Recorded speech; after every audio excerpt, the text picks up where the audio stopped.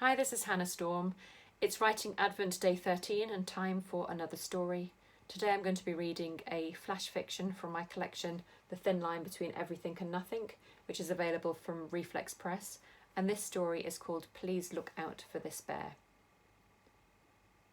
They're the only ones now living in South America, you tell me, reaching gently for my glasses. In Aymara and Quechua, they're called Jucumari. Spectacled bear just doesn't have the same appeal, does it? You smile, wiping the smudges from my lenses, hold them up to the light to make sure you've caught all the smears, then settle them back across the bridge of my nose. Now you are so close I can smell the sweetness of the coca leaves that we've both been chewing to ward off the altitude sickness. I still feel lightheaded. Even though you're used to the Andean air, you swear by these sacred leaves of the Incas. The bears are vulnerable these days, you whisper, as we weave our way down darkened corridors.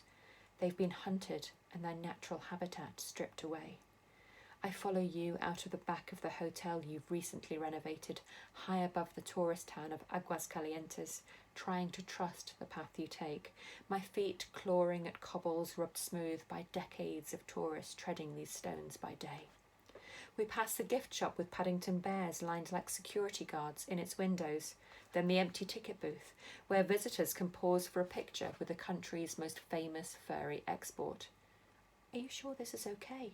I hesitate as you creep past the gates that bar our entry. The night sings with the sound of native birds.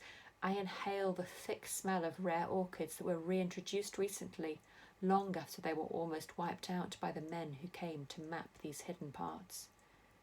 They build their nests in trees, you say, but I don't ask if you mean the birds or the bears, or even those who came to pillage these lands. Up here the air might be thin, but the sky is thick with stars, whose stories thread their way through the fables of Pachamama, the Earth Mother, and each and every one of her Inca descendants, down to Pachacutic. I've read the guidebooks and know he's the emperor for whom this place was supposedly built. We've already joked that his name means he who moves earth and heaven. Here it's easy to imagine why these people worship the world that rises up from the foaming waters of the Urubamba, through the Cordillera, into the cloud forest, to the humid jungle walls we now inhale beneath the starry heavens. You stop, and in the darkness I see you reach a finger to your mouth.